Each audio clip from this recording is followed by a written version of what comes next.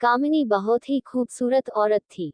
उसे अपनी खूबसूरती पर बहुत घमंड था, लेकिन उसकी शादी बहुत ही साधारण दिखने वाले आलोकनाथ से हो गई थी, जिसे वो बिल्कुल भी पसंद नहीं करती थी। आलोकनाथ दफ्तर के मार्केटिंग विभाग में क्लर्क का काम करता था। महीने के 15 दिन वो टूर पर ही रहता। तनख्वाह भी ठीक ही थी, लेकिन कामिनी की हर दिन नई नई फरमाइशों को पूरा करने के चक्कर में महीने के पहले हफ्ते ही उसकी सारी तनख्वाह खत्म हो जाती थी।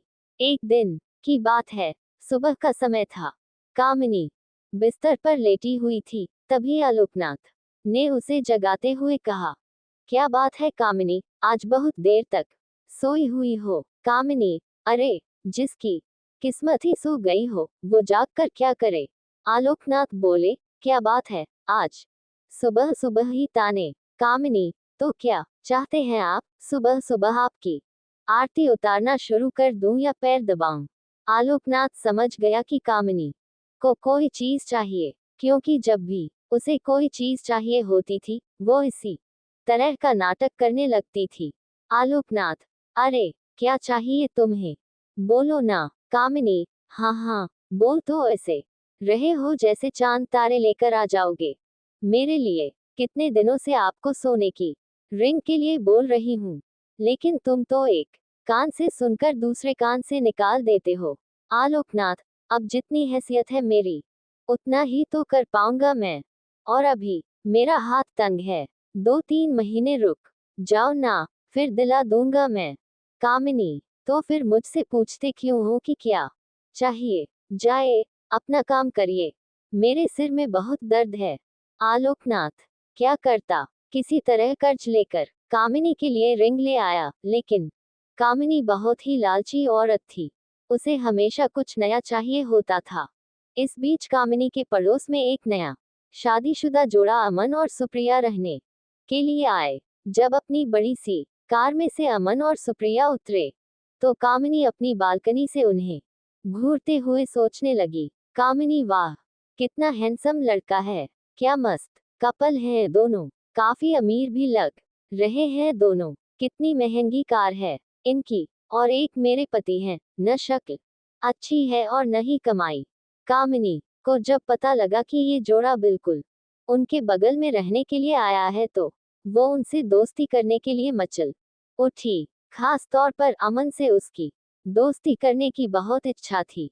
एक दिन वो उनके घर गई। उसने दरवाजा खटखटाया। दरवाजा अमन ने ही खोला। सामने से अमन को देखकर वो उस पर और भी लट्टू हो गई। कामिनी जी, वो मैं आपके पड़ोस में रहती हूँ, थोड़ी चीनी चाहिए थी मुझे। अमन जी, अभी देता हूँ। अमन, सुप्रिया, सुप्रिया, जरा कटोरी में चीनी तो ले आना। सुप्रिया चीनी लेकर आ गई। अमन ने उसे कामिनी को देने को कहा। इस बीच कामिनी की नजर अमन के घर पर थी। काफी महंगी और एंटीक चीजों से सजा हुआ था उनका घर। जब सुप्रिया ने कामिनी को चीनी की कटोरी दी, तो उसकी नजर सुप्रिया के गले में पहने नेकलेस पर गई। उसने अंदाजा लगाया कि ये डायमंड का ही होगा। सुप्रिया और अमन दोनों ने कामिनी को घर के अंदर आने को कहा, तो उसने कहा कि फिर किसी दिन। कामिनी जब चीनी की कटोरी लेकर अपने घर गई, तो आलोकनाथ की नजर उस पर गई। आलोकनाथ, अरे, घर में तो इतनी सारी चीनी पड़ी है, फिर तुम पड़ोस से मांग कर क्यों ले आई?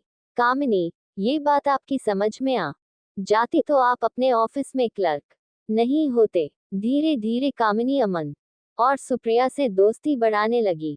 जल्द ही वो उनका विश्वास जीतने में कामयाब हो गई। कभी कभी सुप्रिया किसी काम से बाहर गई होती, तो वो सुप्रिया की गैरहाजिरी में भी अमन के पास चली जाती और उससे घंटों बातें करती। अमन हंसते हुए, अरे, बस करिए भाभी, आप तो हंसा हंसा कर जान ही ले लेंगी। कामिनी, अरे, ऐसा मत कहिए अमन, आपकी जान हमारे लिए बहुत कीमती है। हम तो आपके लिए अपनी जान भी दे सकते हैं। एक बार बोलिए तो। अमन, ये आप क्या कह रही है? कामिनी बोली, आप तो सीरियस ही हो गए। अब आपकी भाभी को आपसे मजाक करने का भी अधिकार नहीं है क्या? इनडायरेक्टली वो अमन को कई तरह के इशारे भी करती और उसे अपने झूठे प्रेम जाल में फंसाने की कोशिश भी करती, क्योंकि उसे पता था कि अमन बहुत ही अमीर है और वो उसकी सारी ख्वाहिशों को पूरा कर सकता है। लेकिन अमन अपनी पत्नी से बहुत प्यार करता था, इसीलिए वो कामिनी की इन हरकतों का कोई जवाब नहीं देता था। एक दिन की बात है, कामिनी अमन और सुप्रिया से मिलने उनके घर आई। सुप्रिया बोली, आए आए भाभी, हम आपकी ही बातें कर रहे थे। कामिनी, मेरी बात। कोट सुप्रिया, अरे ये अमन तो हमेशा आपकी बात करते रहते हैं। कामिनी, अच्छा क्या कहते हैं अमन? सुप्रिया, यही कि आप बहुत अच्छी है, कितनी मजेदार बातें करती है। आपके जैसी पड़ोसी मिलना तो आजकल के समय में बहुत ही मुश्किल है। सुप्रिया के से मुंह से अपने लिए अच्छी अच्छी बातें सुनकर कामिनी मन ही मन बहुत खुश हो रही थी और उसे लग रहा था कि एक ना एक दिन तीर निशाने पर लग ही जाएगा। इस बीच सुप्रिया के भाई की शादी तय हो गई। उसके मायके वाले उसे बार बार बुला रहे थे, इसलिए सुप्रिया को शादी के 20 दिन पहले ही जाना पड़ा। अमन को इतनी लंबी छुट्टी नहीं मिलती, इसलिए उसने शादी के कुछ ही दिन पहले जाने का तय किया था। इधर कामिनी को जब पता लगा कि सुप्रिया 20 दिनों के लिए अपने मायके जा रही है तो उसने मन ही मन एक प्लान बनाया। कामिनी, यही सही मौका है अमन को फंसाने का। आलोक भी बाहर है और सुप्रिया भी अपने मायके गई हुई है। सुप्रिया को मायके गए हुए अभी 2 ही दिन हुए थे। रात को 9 बजे कामिनी ने अमन के घर का दरवाजा खटखटाया। अमन ने जरा देर से दरवाजा खोला।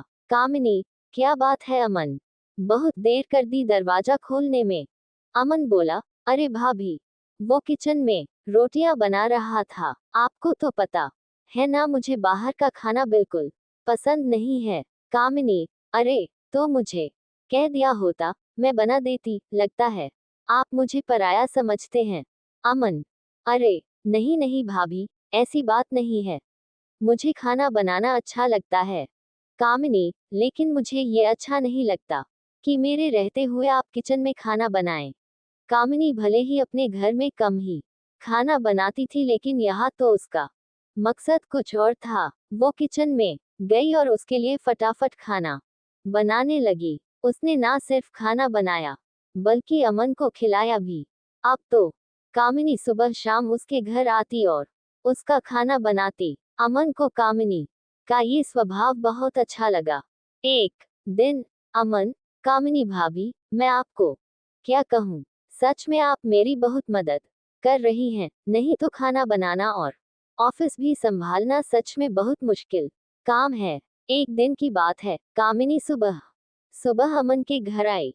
अमन को लगा कि हर दिन की तरह वो खाना बनाने आई होगी, लेकिन हर दिन वो 1 बजे के बाद आती थी, लेकिन आज तो 7 ही बज रहे थे। कामिनी, अरे अमन, वो क्या है ना कि आज मेरा शौक खराब हो गया है।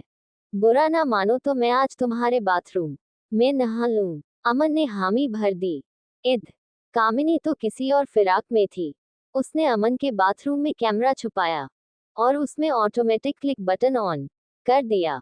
थोड़ी देर बाद वह जोर से चिल्लाई। अमन डर गया कि आखिर क्या हो गया। वो भागा भागा बाथरूम के पास गया। उसे देखकर कामिनी अचानक से उससे लिपट गई और उसे जोर से पकड़ लिया। अमन को समझ नहीं आ रहा था कि आखिर हुआ क्या है। इधर कैमरा अपना काम कर रहा था। कामिनी बहुत देर तक जब उससे लिपटी रही तो अमन को भी अब अच्छा लगने लगा था, लेकिन अचानक अमन को लगा कि उससे गलती हो रही है, इसलिए उसने उसे झटके से हटाया।